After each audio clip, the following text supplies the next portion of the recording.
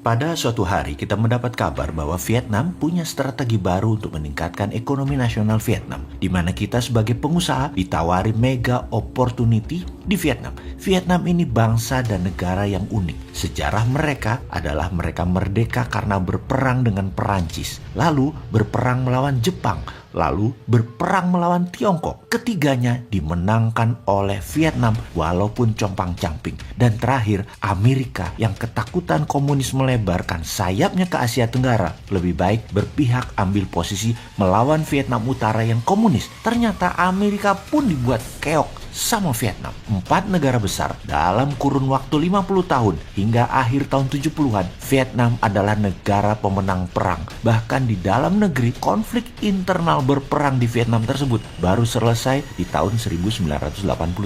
Vietnam selama 50 tahun main digorong-gorong dan diakui militernya sangat canggih di dunia. Mereka lah jagonya perang gerilya di zaman modern dan mereka membuktikan dengan mengalahkan 4 negara besar, Perancis, Jepang, Tiongkok, dan Amerika di ranah Vietnam. Jadi, tidak ada bangsa dan negara secanggih Vietnam dalam mempertahankan negaranya. Sejak tahun 90-an, Vietnam membuka diri walau masih gamang. Jenderal-jenderal perang mereka sekarang pejabat penting di negara tersebut. Namun kebiasaan dalam militer, sebenarnya mereka pengen dapat uangnya cepat. Bukan pebisnis beneran sebenarnya mereka itu. Korupsi, kolusi, nepotisme kuat sekali di pejabat teras, di pejabat atas. Kalau di pejabat bawahan disikat kalau ada yang melakukan KKN ini. Jadi kita bermain dalam tanda petik harus dengan pejabat teras militer senior di Vietnam. Itu syaratnya untuk masuk dan sukses di Vietnam. Jadi ketika ada undangan di mana kita memang mengincar lama, termasuk ketika pejabat tadi belum menjabat, kita sudah idekan dan strategikan kepada dia untuk kita ambil dan kelola tambang bauksit, bahan alumina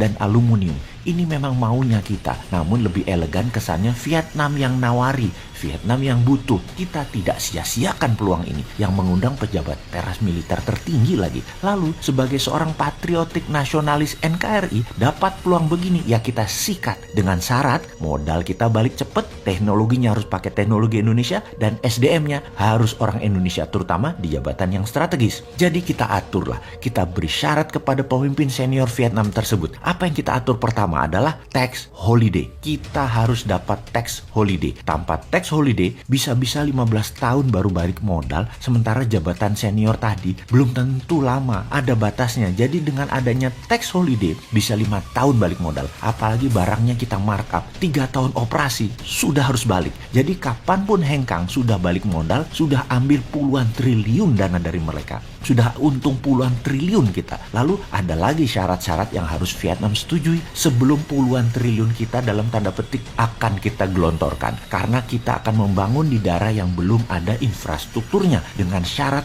harus dekat laut agar gampang kita ke perairan internasionalnya. Namun pelabuhan harus kita bangun, jalanan harus kita bangun, wilayah perawan di Vietnam yang akan kita bangun. Perusahaan kita akan membangun infrastruktur sendiri mulai dari dermaga, jalan, tanur-tanur peleburan, power plant, area penimbunan bahan baku, dan barang hasil produksi. Juga instalasi pengelolaan air bersih serta ekstraksi oksigen dari air laut. Juga ditambah lagi asrama pegawai, rumah sakit, dan infrastruktur lainnya yang diperlukan untuk melakukan kegiatan usaha peleburan biji bauksit yang ditambang dari ratusan ribu hektar areal penambangan yang kita kuasai. Kita akan membawa 10 ribuan pegawai terampil termasuk Indonesia Private Army atau tenaga keamanan swasta. Ini militer loh ya, bukan satpam, yang membaur di lingkungan kerja untuk keamanan aset kita, juga untuk mengumpulkan data agar kalau ada apa-apa kita bisa antisipasi, bertindak cepat sebagai counternya. Lapangan terbang private jet yang boleh keluar masuk juga kita bangun dan harus tersedia. Jadi walau private army tetap unsur intelijennya kuat. Dari sisi kepegawaian kita kasihlah 5% pegawai nanti orang Vietnam, terutama penduduk lokal dan terutama di urusan tambang dan urusan sosial lainnya. Jangan di smelter, jangan di teknologi kita, ntar pinter dia. Kita juga akan bangun power plant sendiri. Namun kalau ekses atau kelebihan daya, agar kita tidak rugi, PLN Vietnam harus ambil dengan kontrak kontrak jangka panjang di atas 15 tahun terhadap daya listrik tersebut. Harganya premium yang diambil oleh PLN Vietnam dari kita. Jadi kita lebihkan produksi daya powernya. Jadi dipakai nggak dipakai oleh PLN Vietnam, Vietnam harus tetap bayar kita. Modal bangun power plant 5 tahun harus balik dengan strategi PLN Vietnam membeli dari kita. Jadi kita pakai biaya listriknya untuk pabrik kita seakan-akan zero atau nggak bayar. Lalu ada syarat lain yang harus Vietnam setujui. 1. Corporate income tax. Ini harus sangat kecil atau nihil. Malahan kalau bisa kita bikin lebih bayar. Kenapa? Karena perusahaan kita harus mendapatkan fasilitas kemudahan penanaman modal termasuk investment allowance dan pembebasan pajak-pajak import. Sementara itu credit withholding taxes justru harus refundable. Kita paksa refundable, harus dibalikin tuh dana. Nomor 2, payroll tax. Ini juga untuk pembayaran juga harus nggak bayar. Karena warga Indonesia yang bekerja di perusahaan digaji dalam bentuk biaya hidup dan akomodasi yang disediakan oleh perusahaan kita plus sedikit uang saku. Sedangkan hak gaji yang lebih besar dibayarkan di Indonesia atau di keluarganya di Indonesia. Jadi di Vietnam nanti kecil aja. Karena itu payrollnya jadi kecil atau nol. Kebayang? Supaya Vietnam nggak bisa majak gaji karyawan. Itu strategi kita. Nomor 3, VAT atau Value Added Tax. Perusahaan kita justru kerjanya minta restitusi PPN karena semua produksi diekspor ke Indonesia dari Vietnam. Nomor 4, PBB, pajak bumi bangunan. Mungkin ini satu-satunya pajak yang